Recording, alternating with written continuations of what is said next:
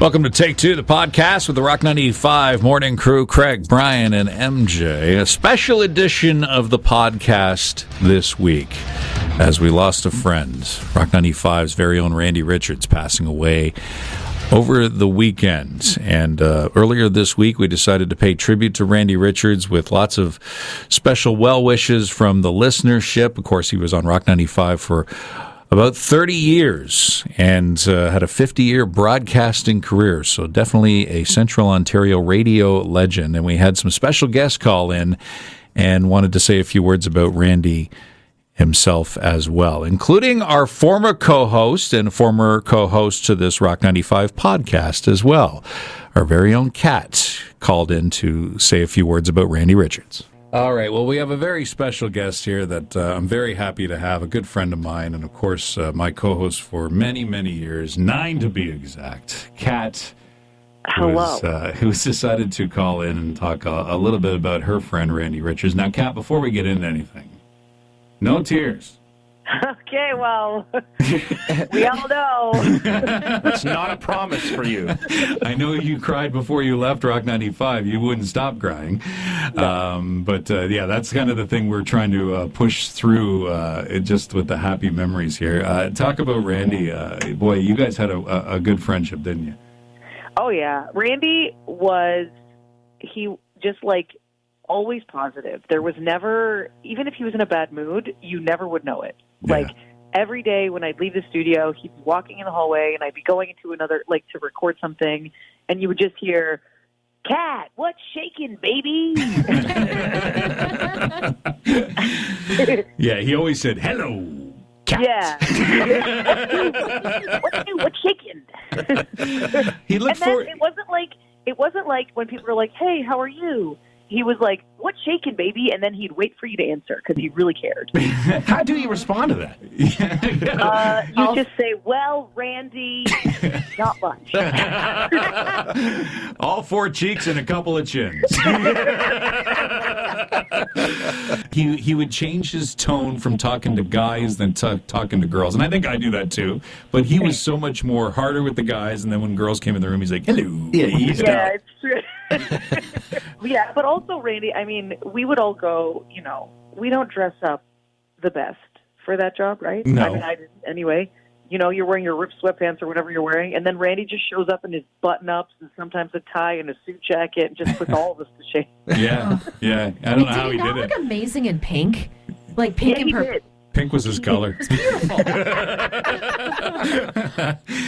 I was telling the story, too, about how, there was one time when he broke your headphones. Yes. And he felt so bad and gave you the cash, like, right away. And he didn't actually even break them. He just kind of, even his fault. You could actually say that, it was a freak of nature that broke them. A cat left them somewhere, and Randy was standing by the headphones when, like, a table blew over or something like that. Yeah. And then the headphones broke, and then Kat's like, "Oh, my headphones broke," but Randy felt responsible and gave the cat. That's the story he told you guys. Hey, there was wind, and the table blew him over. Now, it wasn't my fault. And then there was a fish. Yeah, but here's the money right away. No, Randy was great. And Randy took his job so seriously. I remember, because I was never in there after him, or during his show, but for the top 500, if I was after him, I'd ask him if it was okay if I could come in and do some show prep before my part of the show. And then I remember sitting in there, and he just rode the volume, like all the board so hard that you're just like, "Oh my God!" But it's because he cared so much, and he just wanted it to sound so perfect. Yeah, well, he also loved the music too, right? Yeah. Like, sometimes when you get in here, I mean, we're listening to the music over and over again, but, it didn't matter to him. He was just like, if he heard a song one time or 50,000 times, he's like, "Yes!" Oh, well, he cranked it up. And, Kat, if you came in after he did a shift on the top 500, because I was doing it all the time when I was working in the evening, you plug your headphones in? Yeah, careful. It's on full blast. He didn't turn that down for you. You can feel it. Yeah. Well, he knew how to rock, right? Big thanks to Kat for joining us on that special tribute day to Randy Richards. Thank you so much for sharing your thoughts and your memories. Got another special guest coming up for you in just a few moments. A former co-host of Randy Richards who's now worked her way onto television as this special edition of the Take Two podcast continues. Up next.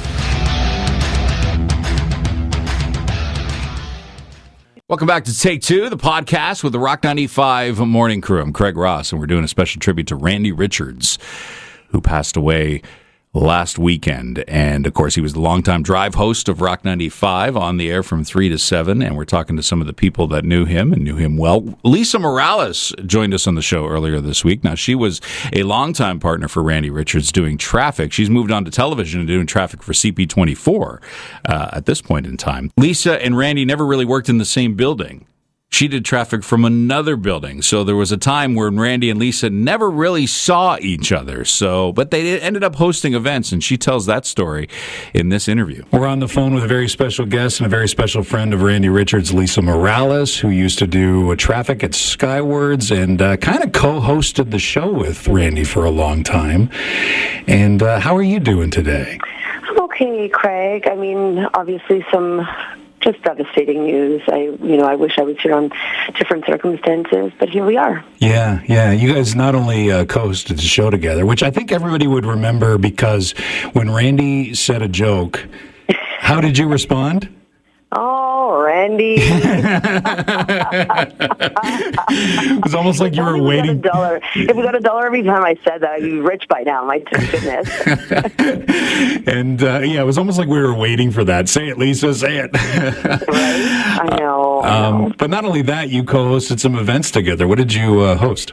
Yeah, we were lucky enough to do the OFSC Intrepid Snowmobiler Galas, and so this was a time of year, every year, that a lot of snowmobilers would come out from the different districts. We'd recognize them for, grooming the trails, taking the responsibility for making sure everything is safe for those that take on snowmobiling during the winter months, and it was something that we always looked forward to. I remember our first annual event, and we kind of had the jitters because it was so new for us, but obviously it was good enough that they called us back for a few years after that, and even after I left Skywards. The desire was still there. So it was nice to be able to connect with Randy, that one time of the year. And we did keep in touch throughout the years as well.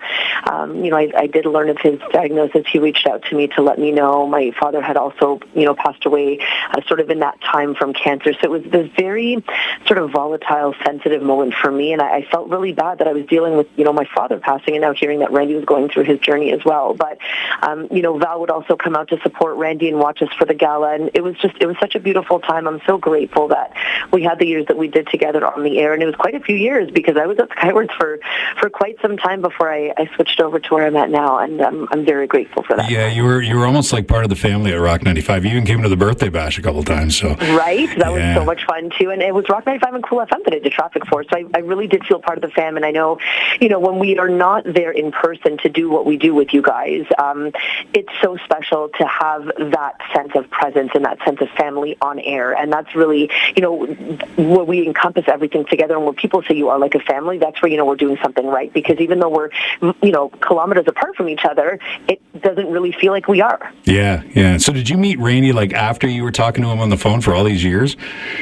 Yeah, it was weird because our first gig together was the OFSC gig, and it was almost like a weird first date. Yeah, it's like internet dating. Is it not him? What do I do? And obviously we know of each other and stuff, but you're meeting for the first time in person, so you have the energy that you have on air, but now you're taking it off the air, and we have to channel it through in person for a completely separate issue altogether. Yeah. Not even an issue, but a different circumstance. So it was like nothing ever happened, and we continued that vibe, and it was so magical. Yeah, he's so personable when you get him in a room, right? He really was. Yeah. His colleagues really were family to him. I mean, you're talking someone who's been in the broadcast industry for 50 years. Yes. Not many are able to have that legacy, and 30 years with, Central Ontario Broadcasting with Rock 95. And so that is a huge deal, and it's no surprise that he has so much reaction to him not being here anymore, but we're going to keep talking about him, and he does leave behind a legacy, and I hope, people follow in his footsteps of kindness and the passion that he had for this industry and for that station. I know it will continue to live on for the years to come. Great words. Thank you so much, Lisa, for your time today. We really appreciate it. I appreciate you guys having me, and I'm sending so much love your way. I'll be thinking about you guys. I know it's a difficult time. Listen to Craig, Brian, and MJ, the Rock 95 Morning Crew on Barrie's Rock Station, Rock 95.